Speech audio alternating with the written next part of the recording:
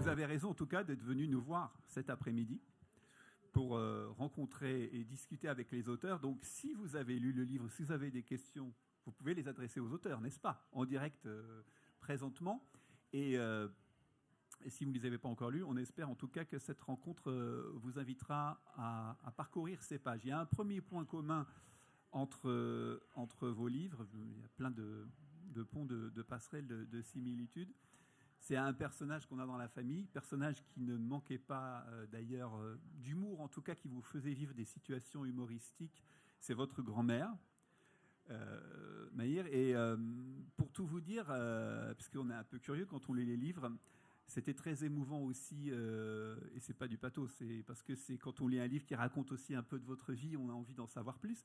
De voir cette grand-mère, c'était sur Instagram, cette photo que vous avez postée en novembre 2022, si je ne m'abuse, puisque votre grand-mère était décédée. Mais ce qui était intéressant au-delà de ce moment-là, c'est que vous racontiez, il y a une partie de votre roman dans cette photo que vous décrivez très bien, cette grand-mère qui a tout fait en tant que chef de clan pour maintenir les liens de la famille. Il y a aussi votre père, il y a votre oncle, et en plus il se trouve que ce père et cet oncle ont chacun, de ce que vous en savez, en tout cas des traits de caractère qui les identifient. Et pour montrer que tout ça, c'est peut-être aussi la force de vos livres, on vit des moments, des situations, parce qu'on est dans des pays, le Moyen-Orient, on est entre la Turquie, la Syrie, le Liban, où il y a quand même des gros problèmes, c'est un euphémisme.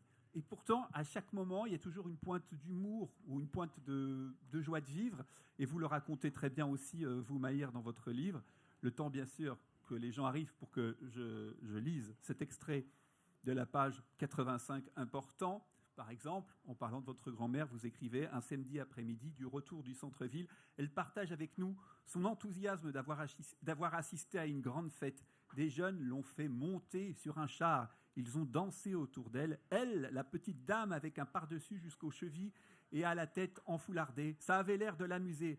Elle souligne la gentillesse de ces jeunes. Ils lui ont offert un sac rempli de bonbons, immangeables, qu'elle décrit comme ressemblant à des ballons. Lorsqu'elle en sort un de sa poche, enveloppé dans un emballage métallique, ma mère comprend.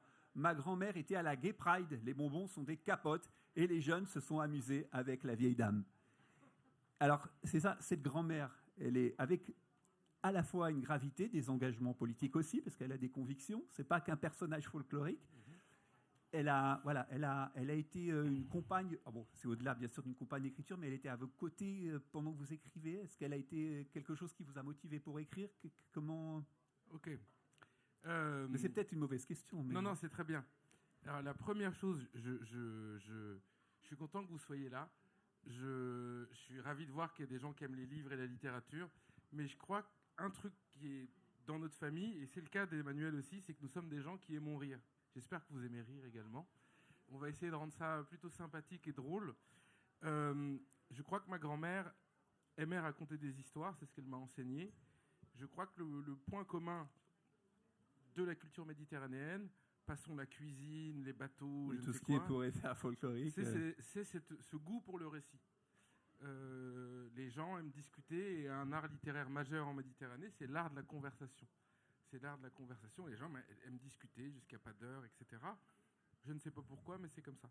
Et donc c'est vrai que ma grand-mère, elle adorait raconter des histoires, et elle adorait enseigner en racontant des histoires. Et donc si elle a été à côté de moi, en tout cas cette grand-mère-là, elle a été là comme une figure tutélaire, en me disant comment je rends hommage à ces mondes, à ce qu'on m'a appris, et comment je mets de l'humour dans tout. Parce que ma grand-mère est quelqu'un de drôle, et je dirais que même dans l'éducation de beaucoup de gens, les grands-parents, notamment les grands-mères, il y a même un livre qui vient d'être publié sur le sujet, sur le fait que depuis la préhistoire, les grands-mères ont eu un rôle fondamental dans l'humanité. Mais alors je vous donne un exemple. Quand avec ma sœur on se moquait de quelqu'un, ma grand-mère ne disait pas « ne vous moquez pas de cette personne ». Elle nous écoutait, elle plissait les yeux, elle disait « oui, vous êtes un peu durs les enfants, vous savez, Dieu ne l'a pas beaucoup aidé. Et si vous avez un reproche à lui faire, c'est à Dieu qu'il faut vous adresser. » Et donc nous, on ne pouvait rien répondre. Et donc elle avait toujours un petit mot comme ça, assez malicieux, assez malin. Voilà, c'est ce que je peux vous dire. Mais ça transparaît aussi dans le livre, c'est-à-dire effectivement, on surjoue pas de tragédie, on surjoue pas non plus l'humour. Ça fait partie d'une des conditions comme l'air qu'on respire, ce qu'on ressent aussi. Je crois qu'il faut, nous en tout cas, qui avons eu une vie malgré nous difficile, à cause de la pauvreté, à cause du passé politique de mes parents, je crois que le fait qu'on soit debout, c'est qu'on a beaucoup ri. Que le rire, ça fait partie de nos familles. Voilà. Et alors, vous, effectivement, on parlait, Emmanuel aussi, vous le disiez à l'instant, Maïr, dans votre livre, il y a plusieurs quêtes. Il y a effectivement, on va, ou pas, vous verrez, découvrir des choses nouvelles sur Kim Philby. C'est un personnage en lui-même. Et en plus, ce qui est assez amusant et fascinant, c'est que votre personnage, comment dirais-je, se renseigne parce qu'il est fasciné par Kim Philby. Il peut voir des documentaires sur lui. Alors, précisons tout de suite que cela se passe en territoire libanais, donc la connexion Internet ou ce genre de petites choses, entre guillemets, ne sont pas toujours aussi efficientes qu'ici. C'est pour dire que même déjà réussir à avoir un documentaire, c'est déjà un exploit. Alors, vous, la grand-mère, elle occupe une place importante. Je ne vais pas lire la page que vous avez sélectionnée, je laisserai aux gens de la découvrir, cette page 219, où vous citez Proust sur son plus grand malheur, parce que c'est peut-être aussi, on comprend encore plus cette phrase une fois qu'on a lu le livre, mais en tout cas, la grand-mère, vous y avez pensé quand vous êtes entré en écriture dans ce livre, ou peut-être qu'elle est arrivée après. Est-ce que quel rôle elle joue? Quel rôle elle joue dans ce livre? Non, en tant que, enfin, vous pouvez mêler les deux. deux. Oui, parce que on parle de livre ici. En fait, pour être très honnête, j'avais deux projets concomitants. J'avais cette idée d'écrire un livre sur Kim Philby, donc cet espion anglais qui, dès les années 30, a espionné pour le compte de l'URSS, tout en étant au service de Sa Majesté, donc était un agent double et qui est le plus grand traître de l'histoire britannique et même mondiale. C'est lui qui a inspiré notamment le personnage de la taupe de John le Carré. Et je me suis intéressé à lui parce que cette figure de l'agent double est quand même assez fascinante. Je pense que l'écrivain est une sorte d'agent double, d'une certaine façon. Donc, est-ce que vous, justement, j'allais vous poser la question, est-ce que vous êtes espion? Moi, oui, parce qu'on s'est dit qu'avoir écrit ce livre, c'est l'aveu parfait, dissimulé de votre métier d'espion. Donc, on peut dire que vous êtes agent secret. Question suivante. Voilà, donc vous êtes agent secret. Donc, vous disiez l'écrivain est agent double, c'est pour ça? D'ailleurs, le dernier livre de Philippe Sollers, ce qui n'est pas forcément un auteur que j'apprécie particulièrement, mais son dernier livre s'appelait Agent secret. Et qui était une sorte, c'est un peu des mémoires d'une certaine façon, où effectivement c'était un peu le portrait de l'écrivain en agent double, quoi.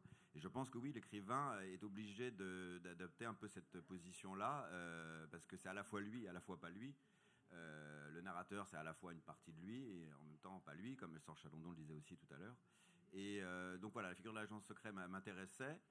Parce qu'elle est, un, très romanesque, deux, il y a cette idée de double comme l'écrivain, et trois, j'avais fait le constat que Kim Philby avait été donc espion et qu'il avait fini sa carrière d'espion avant de se faire, avant que sa couverture ne tombe et qu'il soit prêt d'être arrêté.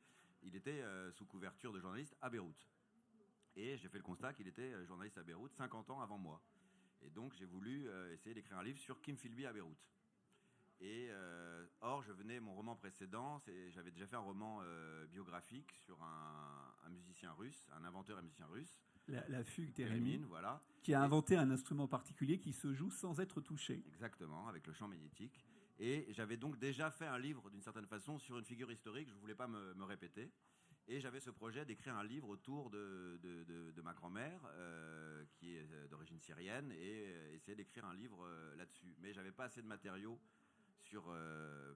pour le faire, et en plus je voulais voyager en Syrie, au Liban, et c'était au moment où il y avait et la guerre en Syrie et au Liban c'était le bazar, etc. Donc c'était vraiment pas le moment d'aller sur place, et tout bêtement, si je veux consulter les archives familiales, c'est à Alep, donc c'est pas forcément pratique. Voilà, c'est pas sont-elles encore en état d'être consultées, je ne sais pas. Donc c'est d'une certaine façon tant mieux, ironiquement, parce que ça m'a obligé, moi, à devoir faire un travail de romancier et d'essayer de combler les trous. Et tout ça pour dire que voilà, c'était deux idées de romans séparés. Et en fait, je pense qu'ils sont plus forts en étant ensemble. Une sorte de fusion. Vous voulez dire quelque chose, Maïr, sur le sujet du... du roman et des racines. Non, parce que ce que je voulais vous dire, c'est que vous pouvez poser des questions et vous pouvez échanger aussi entre vous. Bien sûr. On n'est pas dans une discussion figée ou question-réponse, Mais moi, la différence de Maillère, effectivement, moi, ma grand-mère est décédée avant ma naissance, donc je ne l'ai pas connue. Oui. Donc, il y avait, c'est ça qui crée aussi le mystère. Et je pense que la littérature, en tout cas moi, telle que je la vois, c'est l'écriture, pas la littérature. L'écriture, c'est on essaie de combler des trous, quoi, de combler des vides et d'essayer de retisser quelque chose qui un manque, une béance, quelque chose comme ça. Et je ne sais pas si c'est ton cas, mais probablement. En tout cas, moi, j'ai eu la chance de connaître mes deux grands-mères. L'une jusqu'à 36 ans, l'autre jusqu'à 2016, 30 ans. Et la première, celle qui est racontée dans le livre, qui a beaucoup compté pour moi, j'ai dormi avec elle jusqu'à mes 8 ans. Oui. Et quand elle était plus âgée, elle avait la maladie d'Alzheimer, j'étais à la fac. Comme on ne savait pas quoi faire, je l'emmenais à la fac avec moi. Je la faisais asseoir dans l'amphi. Et donc les gens étaient étonnés. Ils me disaient, mais pourquoi tu l'emmènes à la fac? Je dis, mais je ne vais pas la laisser toute seule à la maison, toute la maison. Elle a Alzheimer. Derrière, si vous avez été confronté à cette maladie, c'est que ma grand-mère fuguait. Elle sortait de la maison, elle partait, elle se perdait. Et donc, la meilleure manière de la tenir en laisse, c'était de l'amener à la fac avec moi. Il n'y a qu'un oriental pour faire ça. Hein. J'allais à la dernière rangée, je l'asseyais au milieu, je m'asseyais, et puis elle ne pouvait pas sortir. Et donc elle me disait, ça finit à quelle heure? Et donc je changeais les heures systématiquement. Donc non, j'entends, mais oui, je ne sais pas pourquoi on écrit. Moi, j'y ai pas réfléchi, mais on a envie de raconter des choses. Il y a un manque, on est en quête. Mais il y a 20 millions de Français qui écrivent, donc c'est pas qui écrivent pour eux. Peut-être que certains d'entre vous écrivent chez eux des mémoires. L'autre jour, j'ai vu quelque chose de très touchant. J'étais chez une amie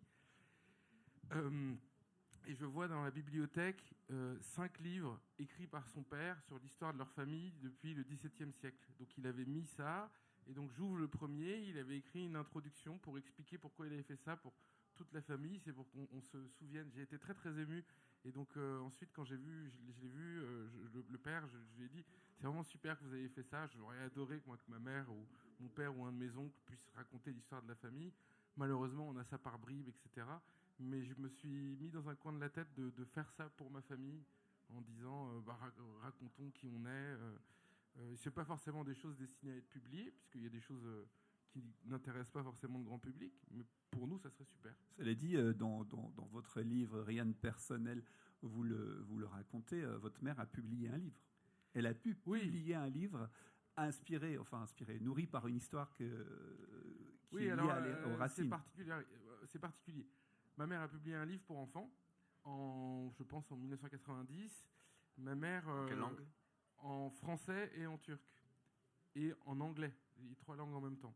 Mais c'est une histoire pour enfants.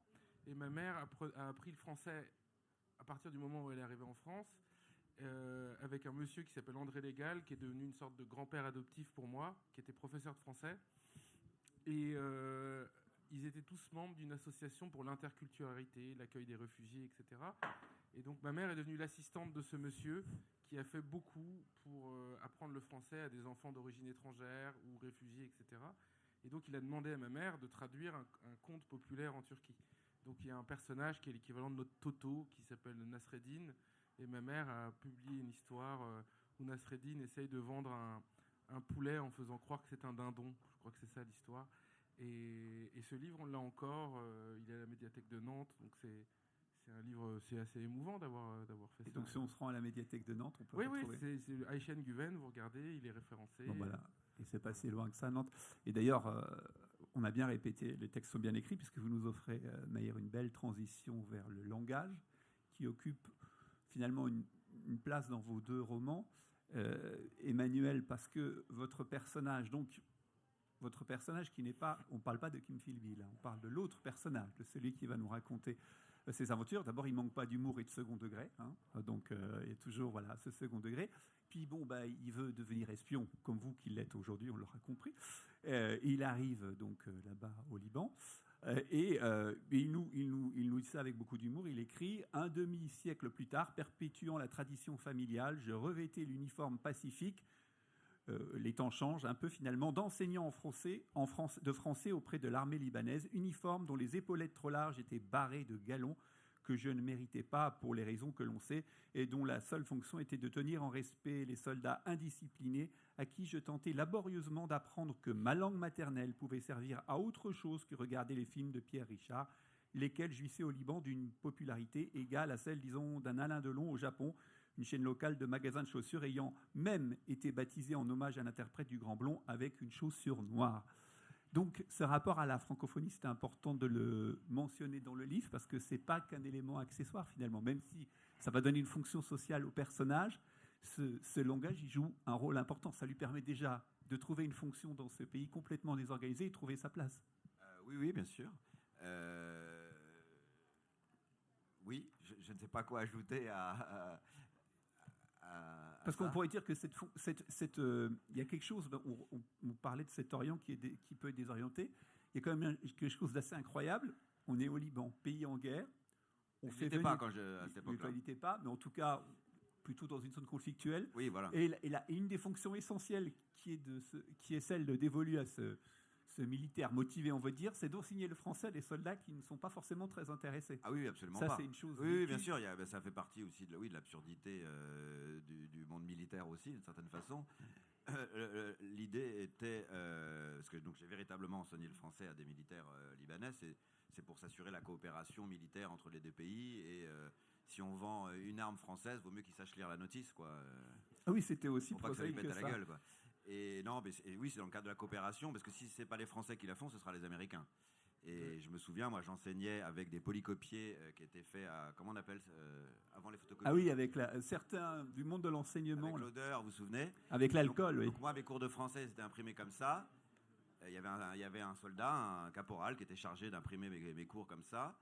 Et je distribuais mes feuilles avec des vieux bouquins des années 70. Et dans la classe d'à côté, il y avait anglais. Et il y avait les Américains qui arrivaient en Hummer. Avec des gardes du corps, etc., des ordinateurs, des rétroprojecteurs, et tous mes étudiants voulaient se barrer chez les Américains. Donc si je comprends bien, le bordel au Liban, c'est à cause de toi. Un peu, ouais. Tu leur as mal appris le français. Je leur ai mal appris le français. D'accord, bon bah, je comprends bien.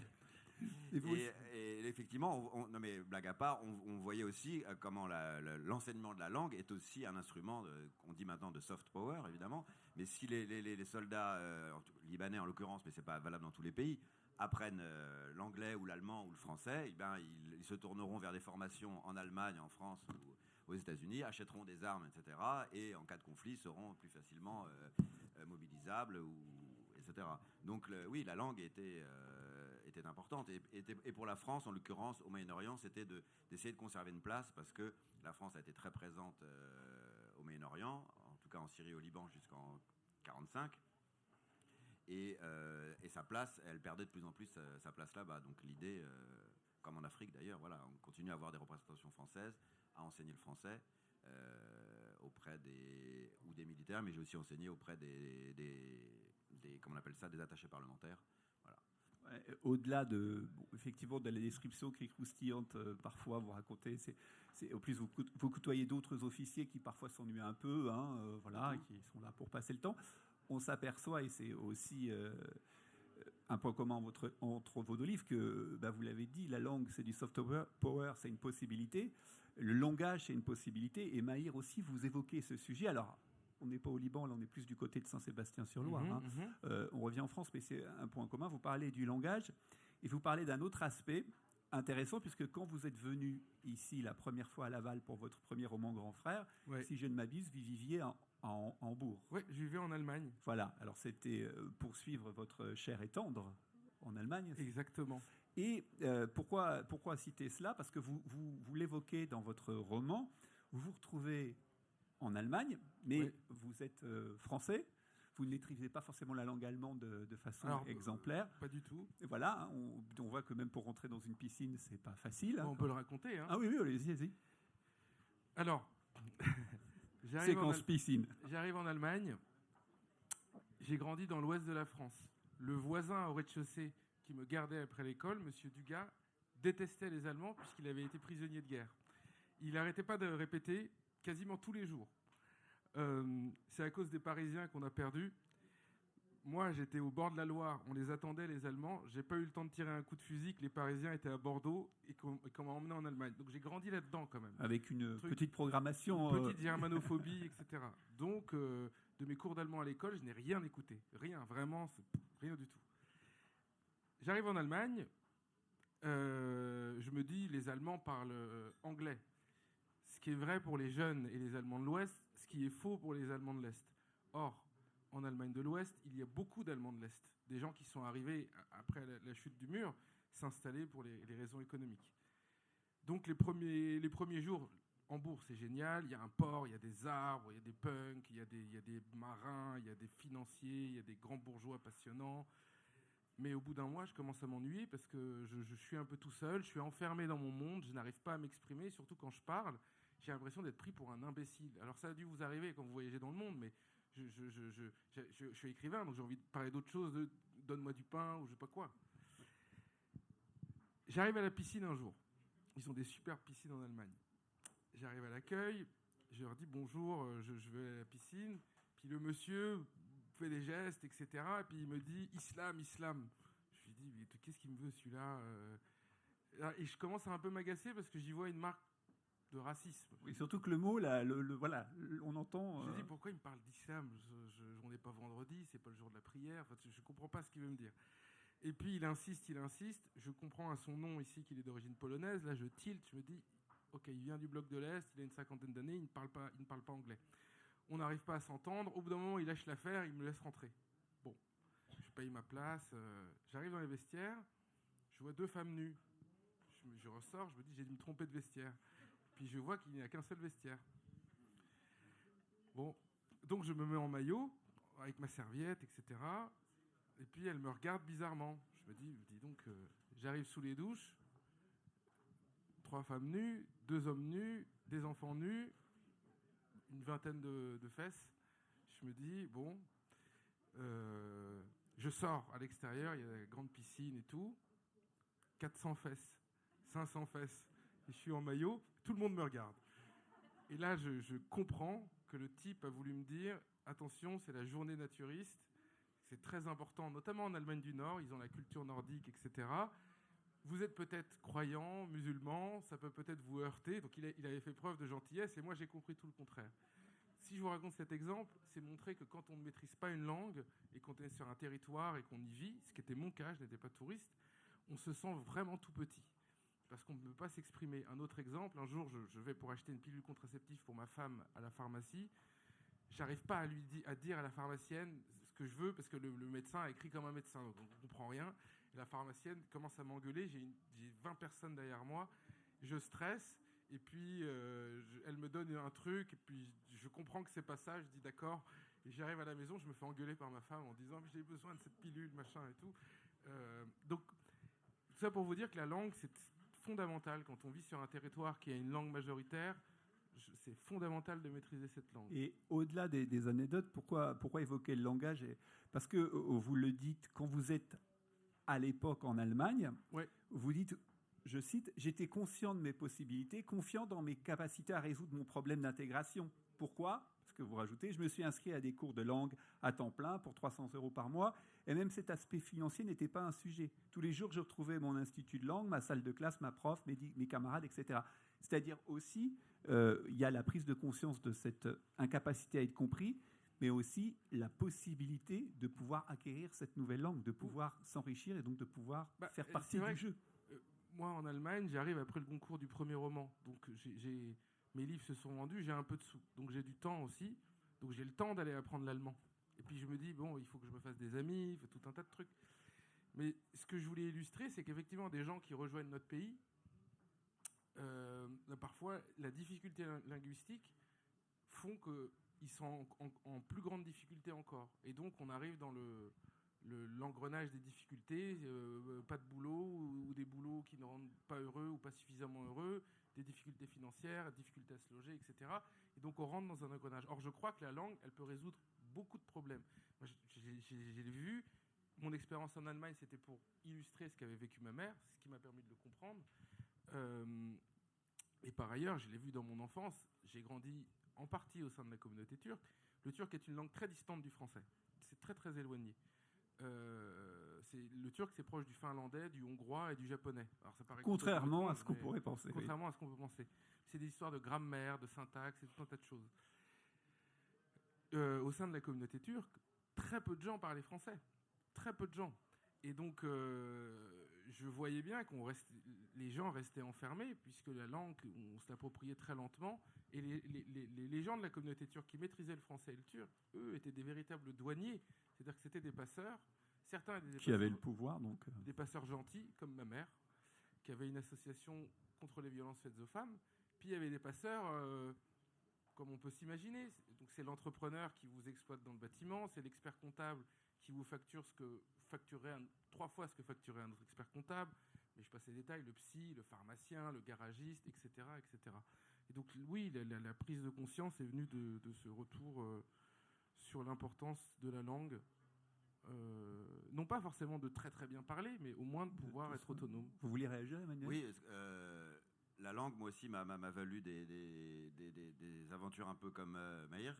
Moi, ma grand-mère parlait couramment le turc, l'arabe et le français, mais moi, je parle le français et je parle l'arabe, mais très mal, assez mal. Et j'avais lu à Beyrouth, j'aimais bien aller dans les piscines. À Beyrouth, il y a beaucoup de piscines en bord de mer.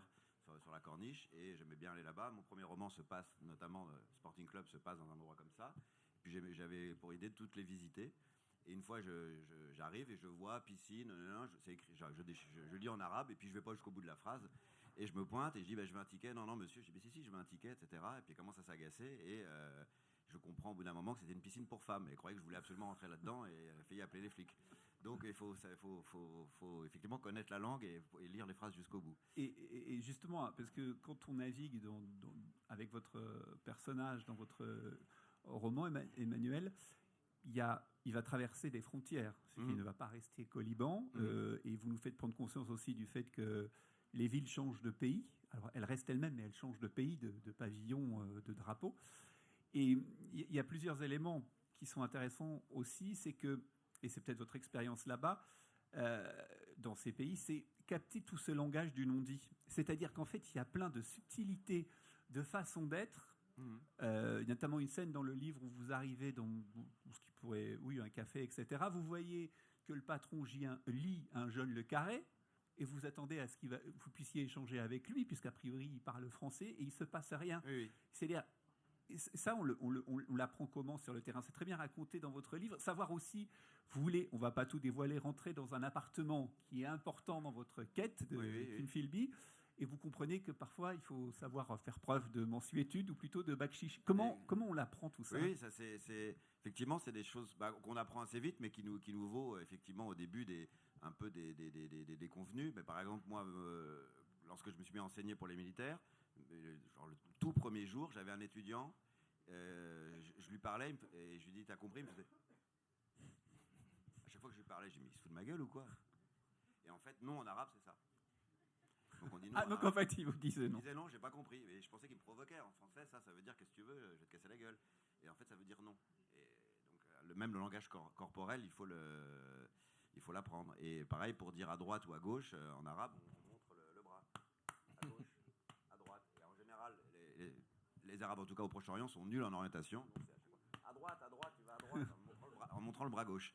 Ils sont absolument nuls en orientation, et ça, c'est assez drôle. Ça se vérifie à chaque fois. Mais donc oui, il y a des gestes comme ça, effectivement. Donc les gestes corporels, et aussi et dans le vocabulaire, etc. Oui, c'est notre culture. Donc effectivement, il faut savoir des choses qu'on ne dit absolument pas, qui sont effectivement très blessantes, et alors que pour nous, elles sont complètement naturelles. Et comme refuser d'aller dîner chez quelqu'un, ça ne se fait pas. Et j'ai mille et un exemples comme ça, mais il y a effectivement la langue, et aussi les coutumes, que l'on découvre au fur et à mesure des pages de votre livre. Et puis, c'est ça qui est intéressant dans vos deux livres, c'est qu'effectivement, finalement, chacun épuisera ce qu'il veut. On peut rester sur l'anecdote, la chose drôle, mais à chaque fois, c'est peut-être pas de votre volonté, mais on peut en tirer je sais pas si c'est des leçons, des enseignements, et ça dépasse l'histoire de vos propres protagonistes. Oui. Alors, on va me dire, qu'est-ce que veut dire le modérateur là? Pas du tout compliqué à comprendre. Par exemple, vous racontez, Emmanuel, votre personnage va à l'aéroport, il va chercher, on va dire, un petit cousin, Nadim, qui vient du Liban. Alors jusque-là, cette scène, elle pourrait paraître anecdotique. Il va chercher un cousin qui vient de l'étranger. Alors déjà, s'il vient étudier en France, c'est parce qu'il y a des problèmes dans son pays. Ça rajoute un petit élément de complexité. C'est pas juste pour le plaisir de visiter la France. Et puis là, il y a une prise de conscience, vous écrivez, ce n'est qu'à l'âge de 13 ans, enfin c'est votre auteur, c'est votre narrateur, ou votre auteur, je ne sais plus, ce n'est qu'à l'âge de 13 ans que je pris conscience que je n'étais pas ce français chimiquement pur dont je pensais jusque-là être le prototype lorsque je vins avec mes parents et ma sœur chercher à l'aéroport de Roissy mon cousin Nadim qui arrivait de Beyrouth. Avec en plus un cousin Nadim qui n'est pas du tout habillé comme on l'entend plutôt à l'américaine, qui est plutôt, voilà, qui semble avoir un vent de modernité en lui. Et là, c'est la prise de conscience du narrateur. Oui, oui. Parce qu'effectivement, Maïr, toi, ta langue maternelle, c'est Le turc. C'est le turc. Ben, Alors, donc toi, tu avais cette conscience-là, ton prénom et ton nom. pas que ça, mais peut-être répondre à la question, Oui. après je réagirai. Mais Ouais. parce que Au contraire, parler entre vous, c'est un Non, mais régal. Non, j'ai peur de raconter que ça te coupe. oui, oui, tu vois, non, mais non. c'est-à-dire que Ma grand-mère m'a toujours dit d'être poli. Ah, bravo, vous voyez. bien élevé. Non, mais Maïr Guven avec ta tête, ton nom et ta langue, on sait à peu près d'où tu viens. Je sais pour qui tu votes. La littérature. Or, moi, avec mon prénom et mon nom, effectivement, on ne sait pas d'où je viens, et même moi, je l'ignorais d'une certaine façon. Et c'est que lorsque je suis allé à la rencontre de ce cousin, qu'effectivement, j'ai compris qu'une part de moi n'était pas que la Valoise. Ah, j'ai donné le... Voilà, donc, mais c'est pas mal, on a Voilà, tenu. Hein. on a tenu. Et Mais c'est au un moment vrai où... trouble, en fait. Parce que Bah, vous ça avez crée, un métissage qui n'est pas pas visible visible. par l'autre. Alors, je raconte, il est visible sur mes prises de sang. Voilà, l'état Voilà. de santé, Voilà. effectivement. Sur mes prises de sang. Avec parce une que maladie, une fatigue qui n'est pas due. J'ai deux traits biologiques, si on veut, qui viennent précisément du Proche-Orient, qui sont absolument pas graves, ne vous inquiétez pas. Mais donc oui, effectivement, il y a juste une prise de sang qui pourrait renseigner sur mes origines, une partie de mes origines qui serait proche-orientale. Et donc le fait de rencontrer mon cousin qui a le même âge que moi, que je ne connaissais pas, que j'ai rencontré à l'adolescence, et qui, d'une certaine façon, avait la même tête que moi, mais sans avoir la même tête que moi. Il était 2 fois plus poilu, et 2 fois... et il roulait pas trop l'air. Et bon, bref, il avait une vraie tête d'arabe. Mais c'était mon cousin, et il dormait dans ma chambre, et on vivait ensemble, et il est devenu comme mon frère. Et donc oui, il y a eu cette prise de conscience qui est arrivée comme ça, un peu par avion, quoi. Oui, c'est-à-dire la prise de conscience vient du ciel, au Voilà, sens, c'est ça. sans être forcément Exactement. spirituel. Et c'est pour ça que je t'interrogeais. Toi, ces origines-là étaient Moi, très c'est claires très chez toi. différent. C'est-à-dire que mes parents faisaient de la politique en Turquie pendant les années très difficiles, les années 70 et au début des années 80. Il y a eu un coup d'État. Ils ont dû fuir ce pays puisque pour des raisons de sécurité personnelle. Et donc, ils se sont réfugiés en France. Mon père était ravi. Ma mère, ça a été un déchirement de quitter son pays. Donc, mon père est mort en début des années 90. Et moi, j'ai grandi dans le mythe de l'éternel retour. C'est-à-dire que j'ai grandi dans une famille où ma mère était en train d'apprendre le français, donc elle nous parlait en turc. Et surtout, où elle nous répétait, et après ma grand-mère est venue s'occuper de nous quand mon père est mort, on nous a toujours répété, on va repartir. Donc, si vous voulez, le français, j'y étais au contact du français à l'âge de 3 ans et demi, quand je suis arrivé à l'école.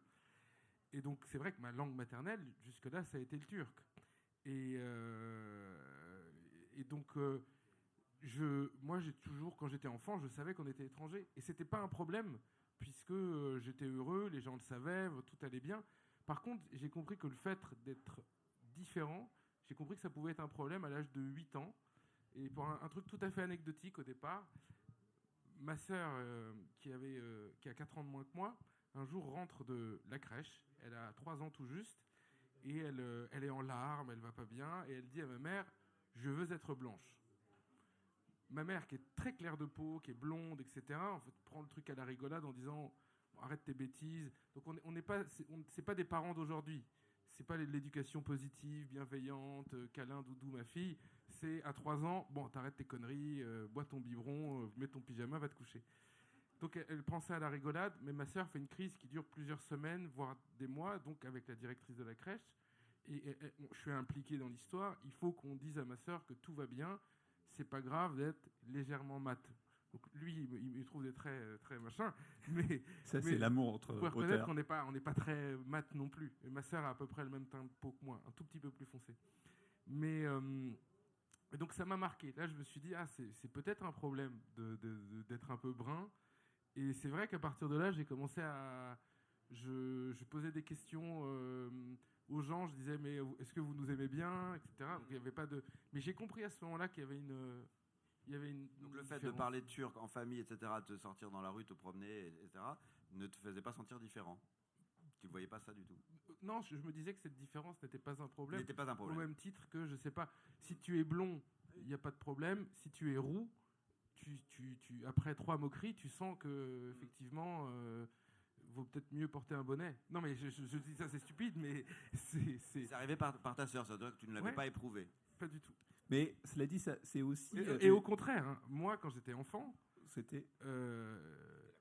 J'étais le beau petit brin des favelas, j'avais une bonne bouille, je recevais des poèmes, Maïr doré comme le soleil d'Agadir, enfin des trucs délirants. Hein. Donc, je veux dire, au contraire, même je pense que certaines personnes étaient jalouses en disant... moi, quand mon cousin est arrivé au collège avec moi, il m'a volé la vedette.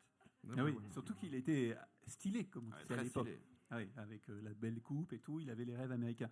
Mais c'est aussi un élément commun, il y a beaucoup de facettes dans le livre. Donc c'est complètement subjectif ce voyage, et il y a beaucoup de choses qu'il ne faut pas dire aussi, me semble-t-il, pour avoir le mystère, mais ce que vous évoquez, tous deux, chacun à votre façon, une forme de métissage qu'on ne peut pas deviner quand on vous voit. On ne sait pas exactement d'où vous venez, c'est pas évident. Je dis ça aussi parce que souvent il est arrivé au fur et à mesure des festivals à Laval, dans le public, qu'on rencontre des gens qui racontaient ces troubles d'identité en disant « moi je viens de tel endroit, j'ai découvert, j'aimerais écrire ». Et souvent à la fin des tables rondes, ils venaient. Et vous l'évoquez aussi à votre manière, Maïr, vous racontez quelque chose, vous mettez en lumière quelque chose qu'on n'a peut-être pas forcément de facilité à percevoir, c'est une espèce de lascarisation. Donc je porte un jogging, je porte des baskets, et ça peut effrayer, mais vous nous racontez en fait que c'est une manière de recréer un nouveau nous, N-O-U-S. On est unis par ces stigmates et par ces blessures. Il y a l'arrivée du rap, et vous disiez, à 12 ans, vous écrivez, à 12 ans, on est déjà conscient, on aimait le rap car il racontait ce que la télé, la radio ne disaient pas. On aimait le rap car nos parents ne l'aimaient pas. On aimait le rap car c'était la musique des mis de côté, la musique des bricoleurs, des rêveurs incapables d'embrasser leurs rêves. Le rap osait transgresser. Nous étions jeunes, ados, nous ne rêvions que de tester les limites. À Saint-Sébastien, paisible bourgade presque pagnolesque, les ados communaient en musique avec des jeunes un peu plus vieux, vivant dans de véritables bourbiers en France et aux États-Unis. Ça, c'est un éclairage dont on n'a pas forcément conscience, parce qu'on peut l'interpréter comme bon, ça y est, il veut juste m'intimider.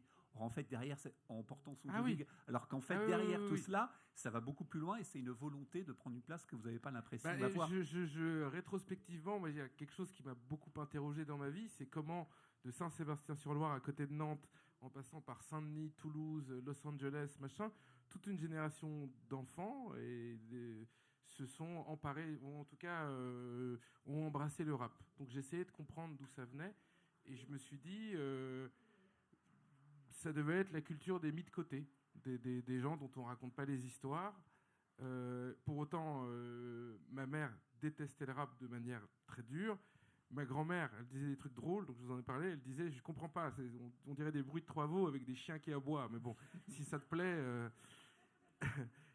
Et donc j'ai essayé de comprendre, et je crois que dans ces sociétés modernes, la France, les États-Unis et d'autres pays européens, c'était une manière pour nous, les gosses d'étrangers, les gosses d'immigrés, de trouver une place dans la société. Donc on prenait la place des jeunes punks. Donc on se mettait en survêtement, machin, une casquette, patati patata. Et c'était un début de quelque chose. On commençait à devenir d'ici, puisqu'on y était né, on allait à l'école, on avait des amis, des fréquentations, etc.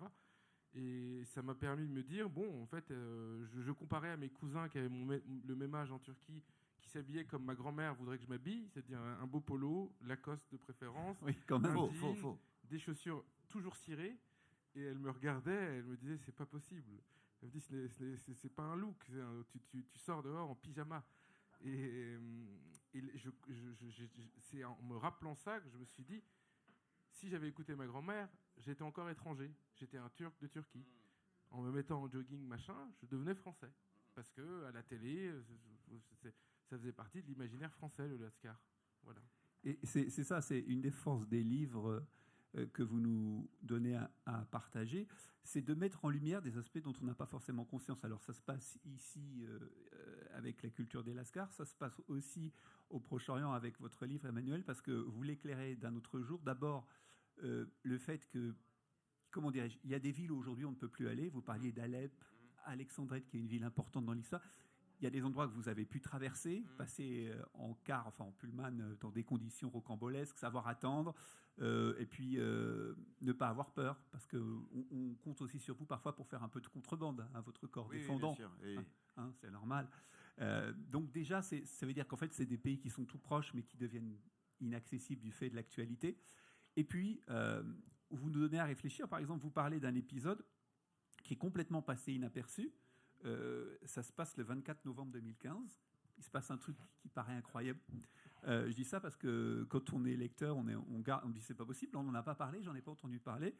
L'armée turque, vous écrivez, a bâti un Sukhoi Su-24 de l'armée de l'air russe venu appuyer les forces loyalistes. C'est-à-dire qu'il y a la Turquie qui fait tomber un avion russe. Oui, parce que l'avion avait survolé avait dépassé la frontière et était dans l'espace aérien turc. Et il l'avait descendu. Et en fait, j'utilise cette anecdote-là qui, effectivement, c'est pas important aussi, puisque je crois que le pilote s'était éjecté. Oui, mais vous dites quand même que ça occupe plus de place sur Wikipédia que d'autres événements. Alors, effectivement, c'est un tout petit événement. Et lorsque j'ai fait des recherches, la page Wikipédia était... déjà, la page est traduite dans des dizaines et des dizaines de langues. Elle fait des kilomètres de long, il y a 300 notes de bas de page, ça a passionné les gens, alors, je ne sais pas pourquoi, c'est assez mystérieux, mais moi je l'ai utilisé comme anecdote parce qu'il a survolé cet avion donc, russe censé bombarder la Syrie pour appuyer les forces de Bachar el-Assad, a dépassé la frontière et s'est retrouvé en Turquie. Or, moi ma grand-mère vient de Syrie, mais dans une petite partie de la Syrie qui est devenue turque à la faveur de différents événements diplomatiques dans les années 30. Et c'est la raison pour laquelle elle a quitté la Syrie pour s'installer au Liban, parce que sa région devenait turque. Et l'anecdote, c'était que j'imaginais, c'était que le pilote avait des cartes remises par le régime syrien, qui considère toujours cette région comme syrienne.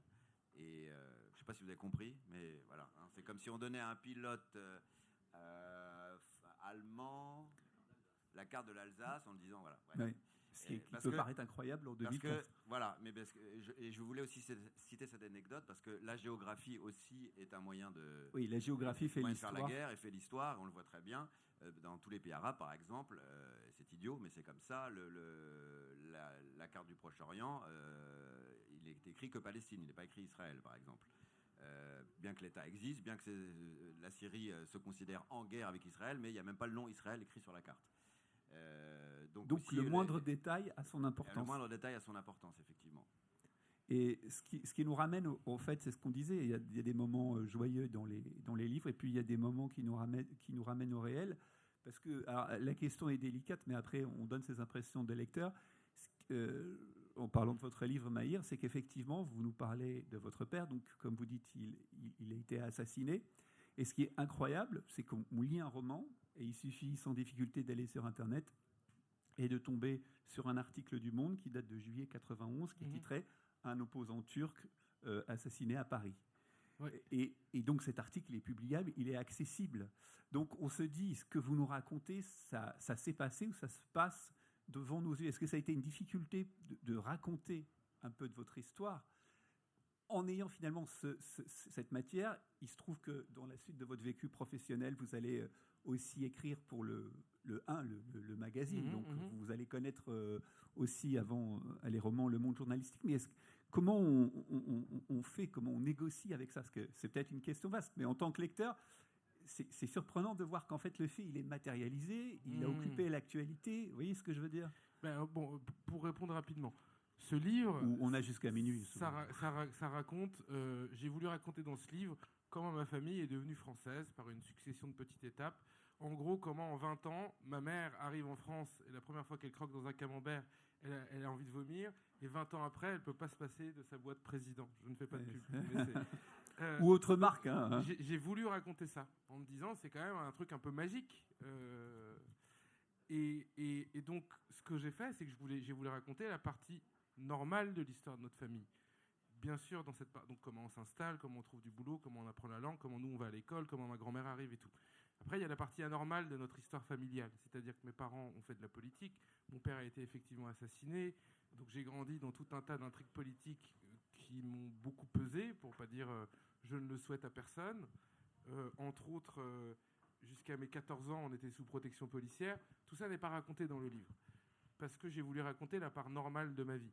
Donc effectivement, quand j'aborde mon père, eh ben, je raconte, oui, à un moment, mon père disparaît, donc il faut bien donner des informations au lecteur. Mais je ne me sentais pas capable de raconter avec justesse ce qu'a été la vie de mon père ou les causes de son assassinat, ni non plus ce qu'a été précisément la vie de ma mère, puisque moi, ma vie de ma mère, je la connais comme un fils connaît la vie de sa mère, donc je l'ai regardée, je l'ai admirée comme une grande comédienne ou une statue ou une déesse. Donc au début du livre, c'est écrit, c'est un livre d'écrivain, et pardonnez-moi, c'est un livre d'écrivain, c'est-à-dire un écrivain, ça écrit au flair, à l'intuition, par observation. Donc les règles sont posées, mais c'est ce qui fait aussi la force du livre, c'est que nous, lecteurs, on peut s'autoriser des allers-retours vers la réalité. Le lecteur fait ce qu'il veut. Le lecteur fait ce qu'il veut. Lui, il peut inventer, imaginer. Mais ça vous inspire quand même, c'est ça qui est intéressant, ça vous inspire aussi, et chacun le découvrira dans le livre, des réflexions sur le réel. Par exemple, sur des questions de... Et d'ailleurs, même ça a apporté certains de vos engagements contre la loi immigration, etc. C'est-à-dire, oui, c'est un livre d'écrivain, mais il nourrit des réflexions et des regards sur l'actualité. Je peux avoir un propos politique, c'est pas trop, j'aime pas trop ça, mais la loi immigration. Demandez à des gens comme moi, comme ma mère, comme plein de gens qui sont issus de l'immigration, installés en France. Ma mère avait une boîte avec 35 salariés à la fin. Je veux dire, demandez-nous comment il faut faire, on va vous expliquer par A plus B. On va vous dire, ma mère était dure hein, avec ses employés, mais elle avait une règle, c'est d'embaucher quasiment que des femmes immigrées. En disant, c'est des femmes qui souvent sont mises de côté par leur mari, cantonnées à la maison, mais c'était un peu d'humanisme, beaucoup de pragmatisme, en disant, elles vont bosser parce qu'on leur a jamais donné cette chance. Donc là, je suis un peu, mais oui, la loi immigration, je suis désolé, c'est un peu un truc. Je veux dire, c'est un truc de gens qui ne connaissent pas. Moi, quand j'ai mal au pied, je ne demande pas au boulanger comment tu me soignes mon pied.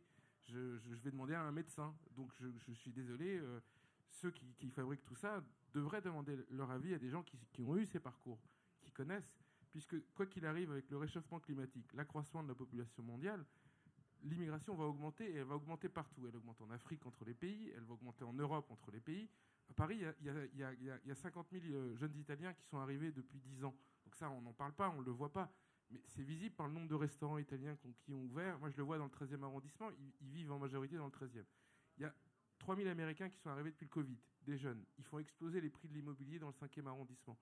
Donc, l'immigration, ça va être aussi ça, de comprendre comment on fait, comment ça marche. En Turquie, il y a 5 millions d'habitants en plus depuis la guerre en Syrie. Donc les Syriens qui sont arrivés et maintenant leurs enfants. Donc et nous, en France, contrairement à ce que les politiques nous racontent, on est en avance sur la gestion de l'immigration. On sait mieux faire que les Turcs, on sait mieux faire que les Espagnols, on sait quand même faire des bonnes choses. On sait, les histoires marchent, il y a des beaux parcours, des Kylian Mbappé, des Rachida Dati, qu'on aime ou on n'aime pas. Donc, je veux dire, pardon pour le moment politique, mais je préfère voir la part positive de ce qu'on sait faire en France. Mais c'est pour dire justement, c'est ça qui est intéressant, c'est qu'un roman, un livre d'écrivain peut amener à avoir des réflexions, peut-être qu'on s'y attend pas en tant que lecteur quand on commence à ouvrir le roman, parce qu'on dit on va découvrir, à nourrir sa réflexion et à avoir d'autres éléments que simplement des représentations médiatiques et d'aller un peu en profondeur. Moi, c'était tout ça. Je me suis dit, en fait, à un moment, j'en avais marre des représentations médiatiques sur les immigrés, c'est-à-dire qu'on prend les gens en problématique, puis on les filme, on dit, regardez, ils font des problèmes. Bon. Puis moi aussi, je pensais ça, à un moment. Je me disais... Et puis en fait, un jour, je me rappelle très bien, j'étais dans un taxi, puis je discute avec le chauffeur de taxi était vietnamien, et puis il me dit, mais vous savez, regardez, la majorité des immigrés, ils bossent, ils sont au supermarché, ils font ci, ils font ça, mais on ne le voit plus. Il me dit, parce que y a la loi du bruit fait qu'on regarde que ce qui est bruyant. Et là, ça me rentre dans la tête, et puis je commence à regarder, et je me dis, mais il a raison, c'est dingue ça. Et donc je commence à regarder, et je me suis dit, je vais écrire un livre qui raconte aussi ça, pourquoi nos familles, après tout, on est des gens complètement ordinaire. Oui, alors des fois on a d'autres cultures, d'autres machins, d'autres trucs, mais bon, après tout, c'est pas parce qu'on parle les Turcs à la maison qu'on met en danger la République. Oui. Vous voyez, on chantait même en turc, pour vous dire. Donc tout est possible. Les hommes politiques français mettent en danger la langue française. Hein. Ouais, les écrivains aussi. Parfois, pas tous. Hein. Et justement, cette irruption du réel dans le livre, et c'est ce qui fait aussi la richesse de vos livres, c'est-à-dire qu'on réfléchit aussi sur la marche d'un pays, la marche du monde. Vous nous aidez, vous aussi, Emmanuel. Encore une fois, il y a de l'humour, il y a plein de facettes dans le livre, à réfléchir, à mieux saisir ou pas, enfin plutôt à saisir la complexité du Proche-Orient, Jean Béguet, parce que et ce qui est frappant, on vous a 1000 fois posé la question, c'est qu'au moment où vous couchez ce roman sur papier, les événements vous rattrapent.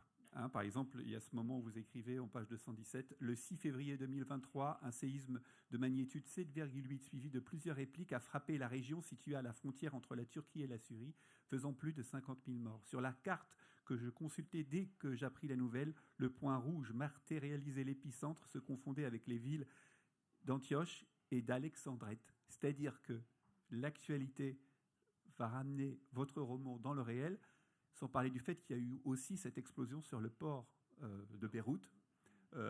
D'ailleurs, et c'est ça qui, les livres permettent de donner encore vie à l'événement. Ça a été couvert médiatiquement, puis après ça s'est envolé. Et vous mettez des visages humains. Et comment vous avez décidé d'en parler avec le roman? Ça a été dans le roman. Quand cette actualité arrive, vous êtes en cours de finition du roman, vous pourriez très bien ne pas évoquer cette explosion. Oui, mais c'était impossible, en fait. Notamment, c'est quoi la date du tremblement de terre 2023 Oui, 6 février. Oui, oui c'est ça. Non, c'est pas 6 février 2023, c'est pas possible. Si? Attendez, je veux dire 6 février 2023. C'est ça. Donc moi, j'avais rendu mon manuscrit en janvier 2023. Et je rends mon manuscrit et le titre, quand je l'ai remis, c'était Alexandrette, le nom du titre. Kim Philby et moi est venu après.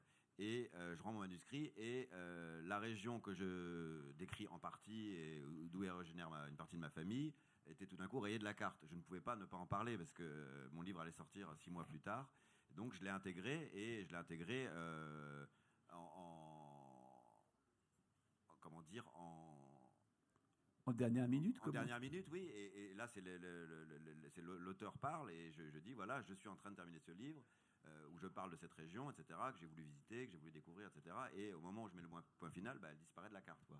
Donc j'étais obligé d'en parler d'une certaine façon. Comme si le livre allait prolonger la vie de la vie. Oui, voilà. Et en anecdote encore plus folle, lorsque j'apprends ce tremblement de terre, j'appelle tout de suite mon cousin qui... Donc Nadim, voilà, qui vit lui aux États-Unis, et il me dit, quand j'ai lu la nouvelle, ma maison a tremblé. J'ai dit, oui, ça va, t'exagères. Le côté méditerranéen. Le côté méditerranéen, etc. T'exagères, c'est pas possible, t'es aux États-Unis, dans l'État de New York. Là, quand la terre tremble en Turquie, ça ne tremble pas jusque-là. Il dit, c'est fou, j'ai ressenti le tremblement de terre en moi, ça m'a choqué, etc. Et puis une heure après, il me rappelle, il dit, il y a eu un tremblement de terre dans l'État de New York. Oui, une similitude voilà. Des événements. Ça a traversé l'Atlantique et donc oui, on était encore reliés, même par la terre, quoi. D'une certaine façon, c'était assez poétique. Vous avez la tragédie. Il y a la tragédie. Vous avez noué des liens puisque vous avez été au Liban. Vous avez connu ces gens, ces populations. Enfin, il y a des prénoms, etc. Ils ont pu réagir au livre. Il y a eu des réactions de lecteurs, de gens qui vous ont lu et qui vous ont lu. Oui, un peu, oui. Et j'irai à Beyrouth au Salon du Livre du mois d'octobre, donc je pourrais en parler davantage avec eux, oui. Mais oui, j'ai eu quelques retours, oui, bien sûr. Et qu'est-ce qui vous disiez sur quoi en particulier? Sur ces derniers événements? J'ai l'impression qu'en fait, le temps n'est pas comme nous, on pense qu'il y a des dates et tout, mais que tout forme un tout. C'est-à-dire que la notion du temps est très différente de celle que l'on perçoit où toutes les dates, il y a un événement qui s'est passé il y a longtemps, on l'oublie. On a l'impression que tout est toujours dans un seul point. Mais Non, ça se poursuit. Non, ces aspects-là n'ont pas été forcément... C'est plus alors quoi? C'est le fait d'avoir... C'est la relecture de leur pays par un écrivain? Oui, je pense que c'est l'avantage ça qui leur plaît, oui, effectivement. Et plusieurs écrivains libanais m'ont dit « Ah oui, Kim Philby au Liban, ouais, j'avais songé faire un livre et puis je ne l'ai pas fait. » Genre, merde, ils se sont dit, il m'a piqué l'idée. Et vous, Maillard, vous avez eu des réactions, parce qu'il y a eu des discussions, des débats. Alors, vous citez, on l'a dit, Château-Gontier, mais finalement, c'est gars de Château-Gontier que vous allez rencontrer quand vous quittez votre... Oui, en fait, je pars de Nantes à 18 ans, je m'installe à Angers, parce que j'ai envie de quitter un peu ma famille, mes amis. Donc Angers, 100 km de Nantes, c'est très bien. Et puis, mais j'arrive, je connais personne. Et je suis, grosso modo, jamais sorti de Saint-Sébastien-sur-Loire. Enfin, si, pour aller à la mer, je sais pas quoi, mais en réalité, je connais pas grand monde à Marseille. En dehors de Nantes, je connais personne. Donc, je me suis pas confronté au monde. J'ai que des gens qui me ressemblent. J'arrive à la fac d'Angers. Donc, il y a un peu d'enfants des centres-villes nantais, de familles aristocratiques désargentées. Beaucoup à Nantes, parce qu'à Nantes, on n'est pas à Bordeaux. Les aristos ont plus d'argent. Et moi, c'est les années où ma mère commence à gagner de l'argent. Donc j'arrive avec la voiture de ma mère, qui est une belle bagnole, puis ils comprennent pas. Ils me disent, attends, les immigrés, ils ont du fric, c'est quoi ce bordel? Et je lui dis, bah oui, mais nous, on bosse. Et j'ai 3 gars dans ma classe avec qui je deviens copain, qui viennent de Château-Gontier. Qui n'est pas loin d'ici, comme vous le savez. Et vraiment, les pauvres, ils ne connaissent... Alors si moi, je connais pas grand-chose, j'ai grandi à Nantes, mais eux, ils connaissent... Ils sont perdus. Mais quand je dis perdus, c'est la première année où Raphaël Nadal joue au tennis. Je leur dis, oui, il y a un jeune, là, Nadal et tout, il y a Roland Garros. Et il y en a un qui me dit, c'est quoi Roland Garros? Oui. Tu vois? On va se faire des copains. Et donc, mais ça a été des bons copains. Ça a été des bons copains, des gens... Bon, alors, ils sont pas tous comme ça, hein, mais les 3, là, dans la bande, surtout le François, là... Mais ils vous ont accepté, cela dit. Ah, c'est ça qui est génial, ils m'ont aidé et tout. Non, puis en fait, quand je dis c'est une autre culture, c'est qu'il y en avait un des 3, je veux dire, eux, ils aimaient bien boire après la fac. Moi, je commençais à fréquenter l'alcool, mais on buvait une bière. À 19h, moi, j'en ai ramassé un dans les escaliers. Donc, en fait, j'ai commencé à me rendre compte qu'on ne vivait pas dans les mêmes mondes, que même à 10 km de chez soi, on pouvait être... ça pouvait être complètement différent. Alors, je vous dis ça, là, je me moque de quelqu'un, Roland Garros. Moi, j'arrive à Paris à 20 ans, je sors avec une fille, elle me dit « Ah, mais moi, j'adore machin sur Inter ». Puis elle me parle 4-5 fois d'Inter, et je lui dis « Attends, je te coupe, c'est quoi Inter ?» Mais voilà, c'est une des forces de vos 2 romans, c'est qu'ils nous invitent chacun à un dépaysement. Alors, le dépaysement, il n'est pas forcément loin, il peut être beaucoup plus loin. Il y a aussi, on n'a pas le temps de l'évoquer, Emmanuel, dans votre livre, l'évocation, la citation de guides touristiques de l'époque, du passé, qui racontent les lieux qu'on visite, et c'est assez délicieux à découvrir. C'est un exercice que je vous conseille, c'est de visiter des lieux avec un guide touristique qui a 100 ans, par exemple, et notamment les guides Baedeker, qui étaient très célèbres au début du siècle, et qui étaient, par exemple, Laurence d'Arabie, le jeune Laurence, avant d'être Laurence d'Arabie, a visité la Syrie, le Liban, avec son guide Baedeker, et j'ai le même que lui. Et c'est assez amusant de visiter des lieux comme ça avec un vieux guide, parce que à la fois c'était des guides touristiques, mais c'était aussi, on nous expliquait toutes les coutumes, comment les pays fonctionnaient, ce qu'il fallait faire, ne pas faire, etc. Et c'est assez passionnant. Voilà, donc c'est ces passions que vous pouvez partager avec nos 2 auteurs. Bon, on cite souvent Goethe ici qui dit « La géographie fait l'histoire », mais c'est d'autant plus vrai, que ce soit d'ailleurs du côté de Saint-Sébastien-sur-Loire, mais aussi en Turquie, puisque la vie professionnelle va vous donner l'occasion, Maïr, de retourner en Turquie. Je peux en parler? Allez, on peut encore en parler. Allez, vas-y. On est bien entre nous. Hein. Donc je vous ai parlé de mon enfance, je me sentais étranger. J'ai eu ma nationalité française à 14 ans, un beau papier signé par Lionel Jospin. Vous vous rappelez qu'il a été Premier ministre. C'était une grande fierté à la maison, c'est quelque chose qu'on attendait, etc. Et à partir de là, notre famille, qui était apatride, mes parents avaient perdu la nationalité turque, donc on ne pouvait pas aller en Turquie. Donc à partir de là, on a pu y aller. Donc j'y vais, etc. Et c'est vrai que je ne sais pas pourquoi, j'ai comme eu... comme si j'avais un appel du pays de mes parents, et puis je me disais, il faut que j'aille vivre là-bas. Donc j'ai tenté le coup en 2008, surtout que ces années-là, il y a une explosion économique en Turquie, et tout le monde à Paris me dit, va là-bas, c'est Taïwan, c'est Hong Kong, tu veux être riche. J'arrive, ils ont tous les dents longues, ils ne veulent pas de moi. Ils ne veulent, mais pas du tout. T'as fait la Sorbonne, Paris, ne viens pas nous emmerder. Et donc c'est vrai que là, je me sens très très français, pour plein de raisons. Je ne maîtrise pas l'art turc du non-dit. Eux, ils ont des manières, comme c'est une société qui a longtemps vécu dans les interdits, ils ont une manière de dire les Le choses. fameux implicite. Oui, l'implicite, je ne le maîtrise pas, donc je me trompe. Avec les filles, c'est une catastrophe totale.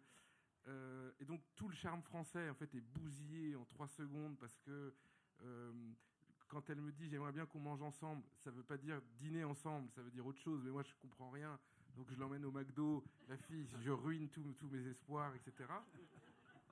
Par contre, je comprends une chose. J'ai grandi dans un monde bilingue, le français, le turc, un peu de kurde. Et ce que je comprends en vivant en Turquie, c'est que ce que j'ai à la maison, la manière dont on parle, déjà, on parle ma grand-mère parle le turc d'une certaine campagne, ma mère, c'est un mélange des deux, et qu'en fait, c'est une région où on a un langage de charretier.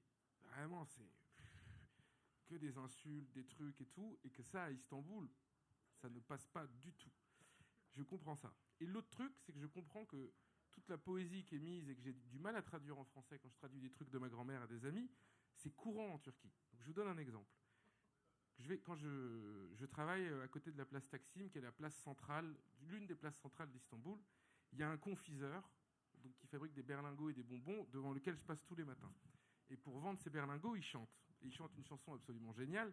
Il chante tous les matins, j'entendais « Yüreğimden çıkan sesi koydum şekerimin içine ». Et donc, que dit les paroles? Il dit « J'ai mis dans les berlingots qu'il faut venir m'acheter toute l'âme qu'il y a dans mon cœur. S'il vous plaît, venez. » Et donc, moi, je passe tous les matins, je me dis « Je suis obligé de lui acheter des bonbons. » Et c'est beau. Et en revenant en France, je me suis dit « J'ai pas de vendeur de rue, mais quand bien même j'aurais des vendeurs de bouteilles d'eau, personne ne me chante de chansons dans la rue en disant... Imaginez le vendeur à Paris de Tour Eiffel qui dirait « Achetez-moi cette belle Tour Eiffel, machin chouette et tout. » Et je comprends ça, qu'en fait, il y a une poésie de vie permanente, que les gens parlent avec beaucoup de métaphores, que le temps est un peu plus long. Et ça m'a nourri comme ça en me disant c'est pas une différence, c'est un héritage. Et j'ai cet héritage en moi, tant mieux. J'ai une part d'héritage nantaise, une part d'héritage bretonne par les amis de ma mère. Et c'est ça que j'ai voulu raconter tout simplement dans ce livre. Donc voilà. Ces deux récits qui nous invitent à réfléchir sur des héritages, mais qui portent loin et qui donnent de l'inspiration. Merci beaucoup, et puis merci à vous. Merci à vous.